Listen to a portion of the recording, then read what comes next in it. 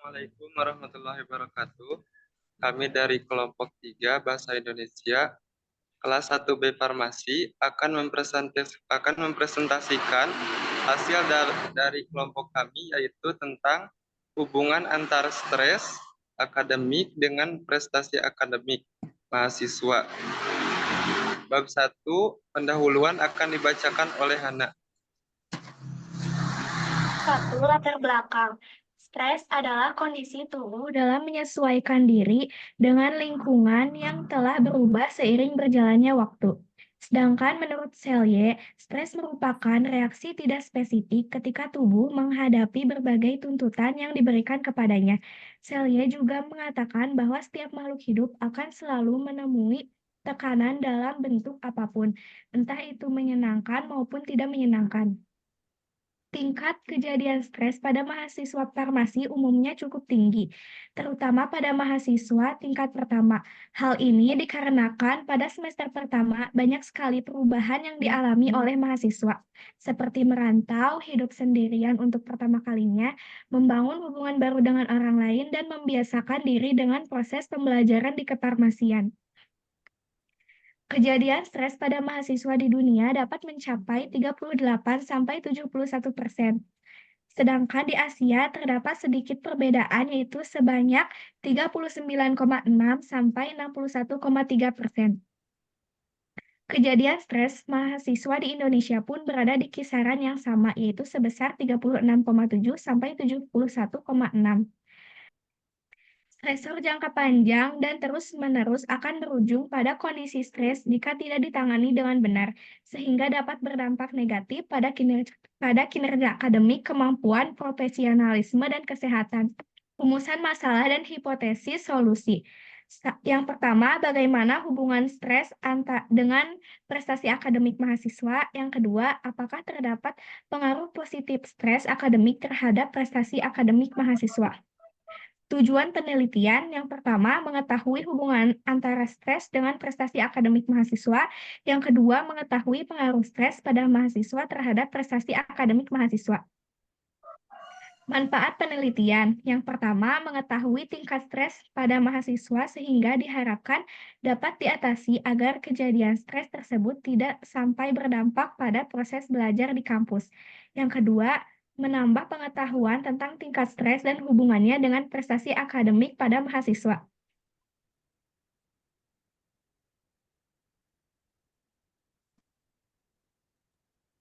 Selanjutnya, bab 2 yaitu landasan teori. Yang pertama, ada definisi stres. Menurut American Institute of Stress, stres adalah suatu keadaan atau perasaan tubuh saat diberikan tuntutan yang melampaui kemampuan individu tersebut. Menurut Shafsafarani, stres dalam definisi yang sederhana adalah pengaruh lingkungan, internal atau eksternal pada makhluk hidup yang mengganggu homeostasisnya.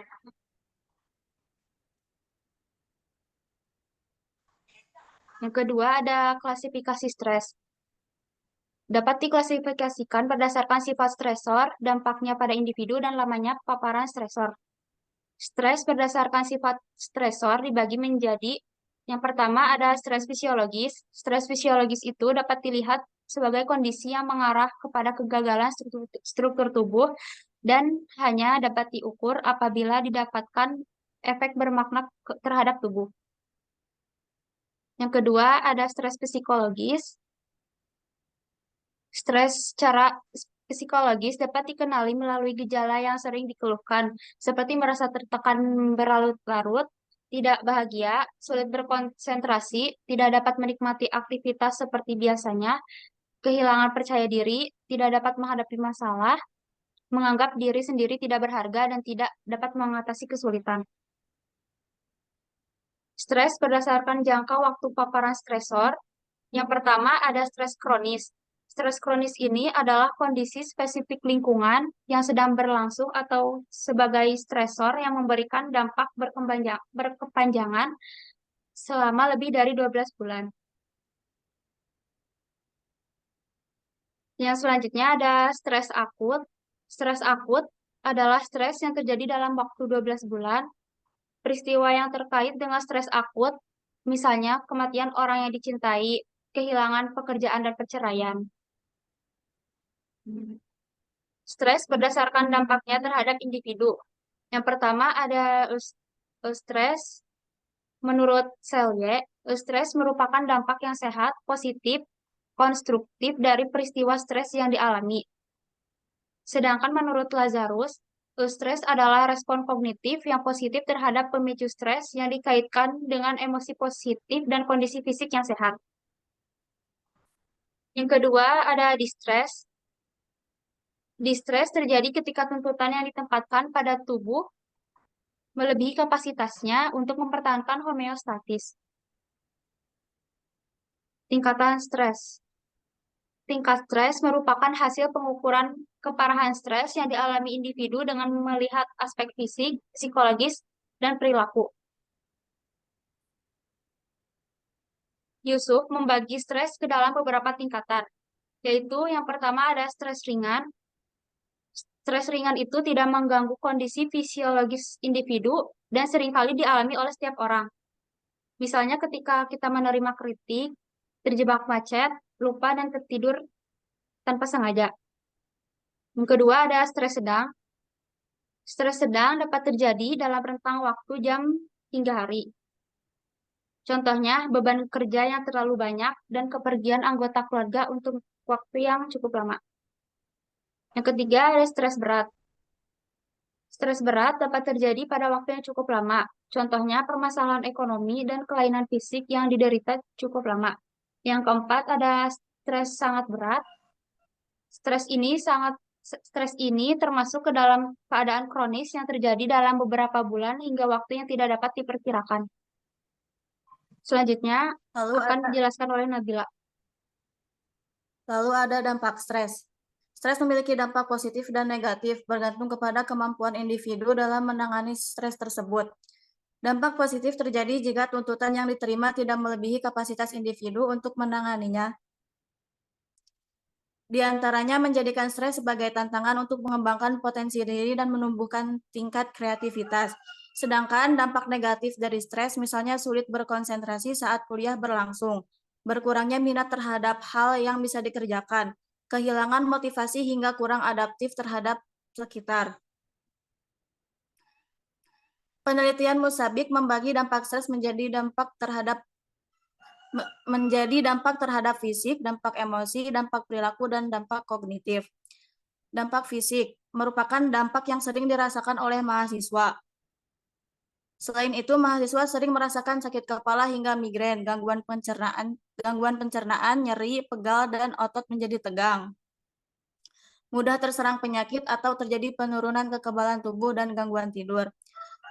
2. Dampak emosi. Ketika dalam kondisi stres, mahasiswa cenderung lebih mudah marah daripada biasanya. Perilaku. Banyak mahasiswa merasa hubungan dengan teman, keluarga, dan orang lain memburuk ketika sedang stres. Perilaku lain yang dirasakan yaitu lebih senang menyendiri, malas untuk bicara, bertemu, dan berinteraksi dengan orang lain. Malas mengerjakan suatu hal seperti tugas, mengerjakan tugas asal-asalan, menjadi acuh terhadap lingkungan sekitar, dan kehilangan kepercayaan diri. Dampak kognitif. Dampak kognitif berkaitan dengan kognitif, diantaranya adalah sulit berkonsentrasi maupun fokus ketika menggarap tugas atau ketika berinteraksi dengan orang lain. Pikiran menjadi tidak tenang, panik, sering melamun, dan memikirkan hal yang buruk, mudah lupa, dan kurang teliti. Prestasi akademik. Prestasi akademik merupakan hasil dari proses pembelajaran bidang akademik yang menggambarkan kemampuan dan kinerja mahasiswa dalam menerima materi, termasuk di dalamnya aspek kognitif, psikomotor, dan afektif. Prestasi akademik dianggap sebagai hasil dari kegiatan belajar yang bertujuan untuk meninjau pemahaman individu mengenai materi yang telah diajarkan sebelumnya, dan mengetahui tingkat keberhasilan yang mampu diraih oleh individu tersebut. Faktor-faktor yang memengaruhi prestasi akademik. Faktor yang berperan dalam prestasi akademik terbagi menjadi faktor dari dalam dan faktor dari luar. Faktor dari dalam misalnya tingkat inteligensi atau intelektual, minat, bakat tertentu, dorongan untuk berprestasi, keadaan fisik dan psikis, kemandirian, sikap dan harga diri akademik. Sedangkan faktor dari luar yaitu lingkungan sekitar individu. Seperti sekolah, keluarga, dan faktor institusional. Prestasi akademik mahasiswa farmasi dipengaruhi oleh beberapa hal, yaitu karakteristik mahasiswa. Karakteristik seseorang dapat mempengaruhi prestasi akademik. Berdasarkan karakteristik yang dinilai, ditemukan skor tertinggi pada ketelitian dan kesadaran, sedangkan skor rendah pada neurotisme. Hal ini menunjukkan bahwa ketelitian dan kesadaran memiliki hubungan dengan prestasi akademik. B. Gaya hidup. Penelitian menunjukkan adanya hubungan yang signifikan antara prestasi akademik yang baik dengan durasi tidur 6-9 jam. Selain itu, ditemukan bahwa peserta didik yang memiliki waktu tidur sebanyak 6-7 jam per malam rata-rata memiliki IPK tertinggi daripada peserta didik yang tidur lebih lama atau lebih singkat dari 6-7 jam per malam. Hal ini berkaitan dengan efek memori yang lebih menguntungkan dari tidur dan efek memori yang kuat dari kekurangan tidur untuk memori jangka panjang. C. Rutinitas belajar. Beberapa penelitian mengungkapkan hubungan antara rutinitas belajar dengan prestasi akademik mahasiswa kedokteran.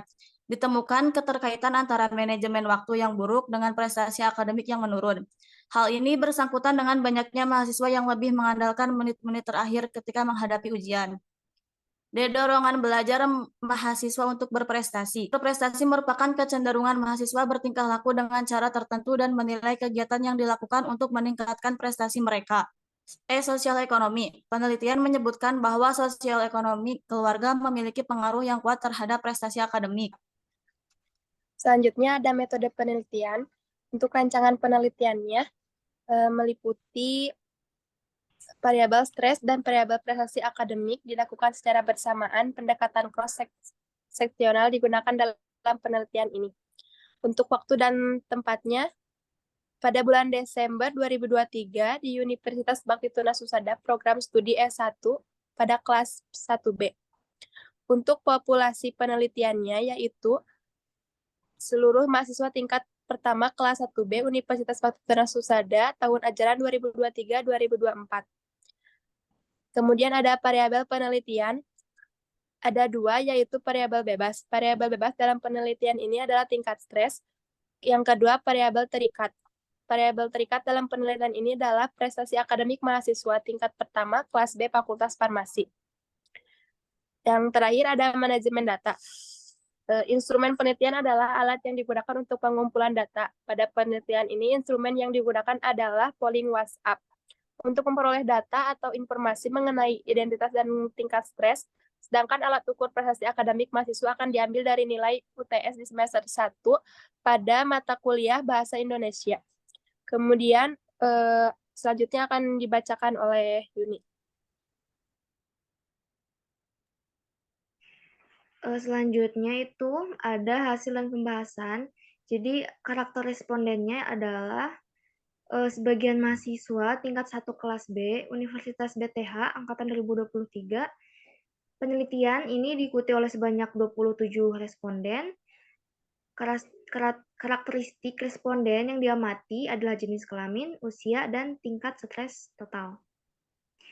Jadi bisa dilihat yang pertama itu ada tabel, yaitu tabel distribusi responden berdasarkan demografis. Jadi dari tabel ini diketahui bahwa sebagian besar responden adalah perempuan yang berjumlah 23 responden dan mayoritas responden berusia 19 tahun, yaitu sebanyak 21 responden. Jadi dari tabel ini ditemukan bahwa capaian prestasi akademik perempuan itu lebih tinggi daripada capaian prestasi akademik laki-laki. Penelitian ini menyebutkan bahwa kepercayaan diri perempuan dalam menyelesaikan tugas belajar lebih baik daripada laki-laki dan tentunya ini turut mendukung pencapaian prestasi dalam pendidikan. Dalam hal ini dinyatakan bahwa prestasi belajar perempuan itu lebih baik daripada laki-laki. Menurut Sugi Hartono, terdapat faktor-faktor yang menyebabkan perbedaan capaian prestasi akademik antara mahasiswa perempuan dan laki-laki, yaitu familiaritas mahasiswa terhadap pelajaran, perubahan cita-cita, Pandangan terhadap pelajaran yang dianggap khas gender tertentu, performa laki-laki dan perempuan, serta harapan dosen.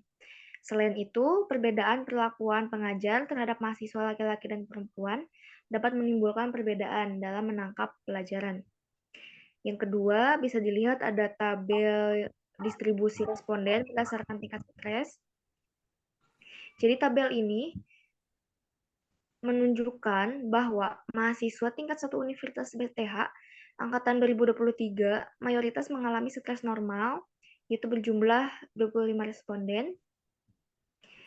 Distribusi responden ini berdasarkan tingkat stres ditemukan bahwa mahasiswa tingkat 1 kelas B Universitas BTH angkatan 2023 mayoritas mengalami stres normal sebanyak 25 responden, dan sisanya itu stres ringan sebanyak 5 responden dari total sebanyak 30 responden.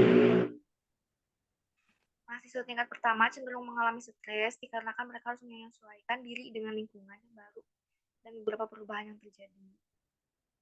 Jadi mahasiswa tingkat pertama itu mengalami transisi dari lingkungan sekolah menengah atas ke lingkungan perkuliahan, dan proses adaptasi ini dapat menimbulkan stres. Individu harus beradaptasi dengan pembelajaran baru yang menuntut kecakapan dalam akademik dan wawasan yang berbeda dengan yang sebelumnya ditempuh di sekolah menengah atas.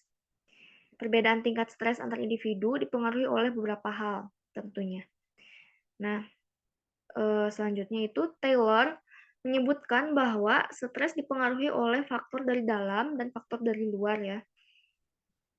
Dari dalam itu seperti mengenai kepribadian individu, terus sikap optimisme yang dimiliki oleh individu juga akan membantu kesiapan menghadapi kondisi stres serta dapat menurunkan kemungkinan risiko dari stres yang dihadapi. Selain itu, individu dengan kepribadian yang kuat dan pantang menyerah cenderung memiliki kontrol untuk mengubah situasi stres menjadi aktivitas baru yang lebih baik. Jadi kontrol psikologis atau perasaan individu juga turut membantu seseorang untuk lebih baik dalam menangani stres. Nah, yang terakhir itu strategi coping, yaitu strategi yang caranya dilakukan sebagai upaya dalam mengelola situasi stres atau mengurangi tingkat stres. Sedangkan faktor dari luar, jadi sudah ya faktor dari dalam. Nah, faktor dari luar diantaranya adalah latar belakang pendidikan, dukungan sosial dari orang-orang terdekat, dan jenis stresor yang dihadapi. Hal-hal tersebut itulah yang dapat mempengaruhi cara individu dalam menghadapi situasi stres. Selanjutnya, ada tabel yang terakhir itu distribusi responden berdasarkan nilai akhir. Nah, berdasarkan tabel ini, diketahui bahwa mayoritas mahasiswa memiliki nilai akhir, yaitu sebanyak 27 responden dengan nilai dari 90 sampai 100. Jadi, tidak adanya hubungan antara stres dengan prestasi akademik berkaitan dengan dampak yang ditimbulkan dari stres, yaitu dampak positif maupun dampak negatif. Dampak tersebut bergantung kepada kemampuan individu dalam mengatasinya. Seseorang yang menganggap stresor sebagai tantangan untuk memperkuat potensi dalam diri dan menumbuhkan kreativitas cenderung akan memiliki dampak positif akibat stres. Sedangkan seseorang yang memiliki kemampuan rendah dalam mengatasi stres cenderung akan berdampak negatif terhadap dirinya seperti sulit berkonsentrasi, penurunan, bahkan hilangnya motivasi. Nah, selanjutnya ada penutup, yaitu kesimpulan dan saran akan dibacakan oleh Andika Pratama.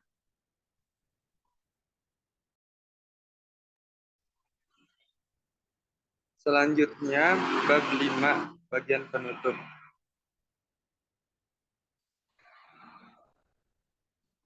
Kesimpulannya yaitu yang pertama, tingkat stres pada mahasiswa tingkat 1 kelas B Universitas BTH angkatan tahun 2023 mayoritas mengalami stres normal sebanyak 25 mahasiswa. Kemudian yang kedua, capaian prestasi akademik mahasiswa tingkat 1 kelas B Universitas BTH paling banyak mendapatkan nilai antara 90 sampai 100 pada nilai akhir UTS bahasa Indonesia, yaitu sebanyak 27 mahasiswa. Kemudian yang ketiga, tidak ditemukan adanya hubungan bermakna antara stres dengan prestasi akademik mahasiswa.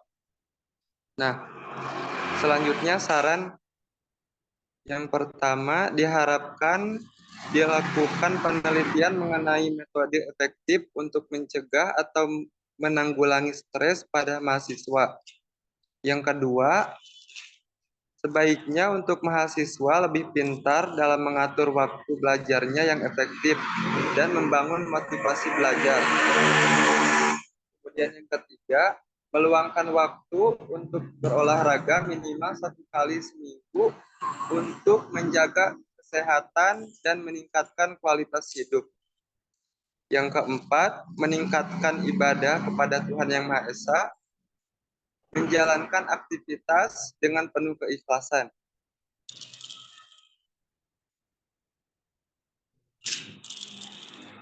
Sekian presentasi yang kami sampaikan. Mohon maaf apabila ada salah kata. Semoga bermanfaat. Wassalamualaikum warahmatullahi wabarakatuh.